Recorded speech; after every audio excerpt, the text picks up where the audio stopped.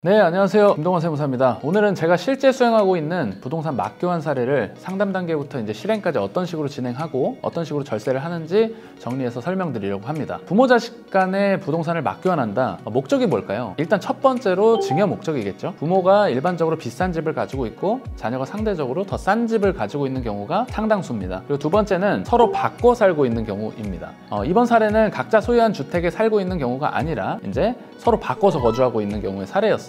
그래서 아버지의 집에 아들이 살고 있고 아들의 집에 아버님이 살고 있는 그런 경우였는데 생각보다 이런 케이스가 많습니다. 그렇게 되면 자녀 입장에서는 부모님이 거주하고 있는 집을 사실 마음대로 처분할 수도 없고 거기에 따라서 일시적 2주택 기한 내에 처분도 힘들게 되고 애매한 경우가 생기겠죠. 그래서 이제 막교환 이슈가 발생합니다. 이번 사례에서 아드님은 다음과 같이 7억 4천만 원 정도의 거래가 형성되어 있는 아파트를 가지고 계셨고 아버님은 12억 5천만 원 정도의 거래가 형성되어 있는 아파트를 가지고 계셨습니다. 이 두 아파트를 서로 막교환하게 되면 아드님은 두 아파트의 시가차액 5억 1천만 원에 상당하는 교환 차이를 현금으로 아버님께 드려야 교환 거래가 성립하겠죠. 하지만 해당 교환 거래에서 아드님은 아버님께 현금을 한 푼도 드리지 않았어요. 서로 새로 취득하는 주택의 취득세만 양쪽으로 부담하고 교환 등기를 마친 사례인데요. 우선은 첫 번째로 유사시가를 통한 교환 세금을 산출을 해봅니다. 제가 계산을 해보니까 교환 차액 5억 1천만 원에 대한 증여세가 약 2,200만 원 정도 산출이 됩니다. 아드님은 사실 부동산 투자 때문에 현금 유동성이 거의 없었고 가능하면 내가 현금을 최대한 주지 않고 차라리 증여세를 내는 방향으로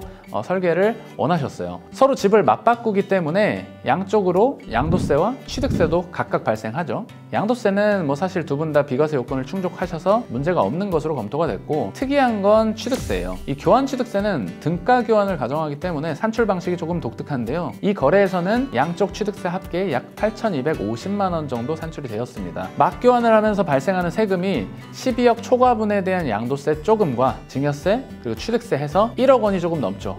좀 부담스럽다고 말씀하셨어요. 그래서 세금을 줄일 방법으로 우선 탁상 감정평가를 좀 받아봅니다. 절세가 최선으로 될 수 있을 만한 금액이 산출이 좀 됐고요. 아버님 집은 감정평가가액이 11억 정도로 가능했고 아드님 집은 8억 원이 좀 넘게 산출이 돼서 세액 계산 다시 해보니까 총 세금 합계가 약 3천만 원 떨어진 7천만 원 정도로 산출이 됩니다. 그래서 이제 감정평가 실익이 있었기 때문에 감정평가 진행을 했고 증여세 2,200만 원은 평가로 인해서 사라지게 됐습니다. 그 이유는 두 부동산의 시가 차이가 3억 원 언더로 떨어지기 때문에 우리가 익히 알고 있는 상속세 및 증여세법상 저가 양수도 규정에 따라서 증여세가 없어지는 겁니다. 그래서 이제 감정평가 비용을 들이더라도 증여세 2,200만 원이 줄어드니까 충분히 평가의 실익이 있죠. 평가 금액이 낮아지다 보니까 덩달아 이제 취득세도 약 7천만 원 정도까지 떨어져서 1,200만 원 정도 절세가 가능했습니다. 따라서 해당 케이스는 이제 교환 대가 차액을 한 푼도 정산하지 않고 양쪽으로 취득세만 부담하면서 교환 등기가 완료되었던 사례입니다. 경우에 따라서는 해당 주택에 달려있는 보증금이나 근저당권이 설정된 경우가 있고 유사매매 사례나 기준시가 평가가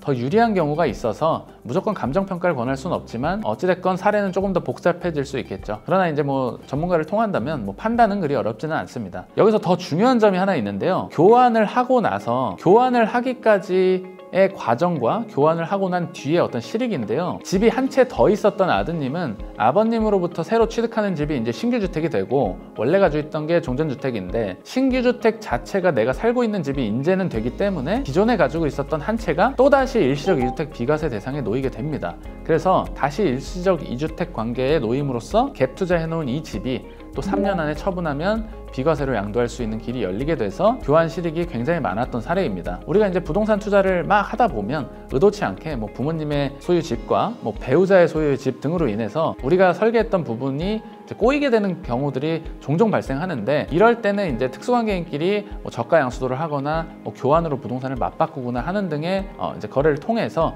복잡성을 좀 풀어내는 경우들이 생각보다는 많이 있습니다. 그래서 오늘은 제가 이제 실제로 수행했던 일반적인 교환 거래에 대한 내용을 수치를 통해서 좀 설명을 드렸는데요. 이런 케이스에 이제 문제가 봉착 케이스신 분들은 한번 상담을 통해서 어느 정도의 세금으로 문제를 해결할 수 있을지 좀 점검을 해보시면 도움이 많이 되실 것 같습니다. 오늘 내용이 도움이 되셨다면 구독, 좋아요, 알림 설정까지 부탁드립니다. 감사합니다.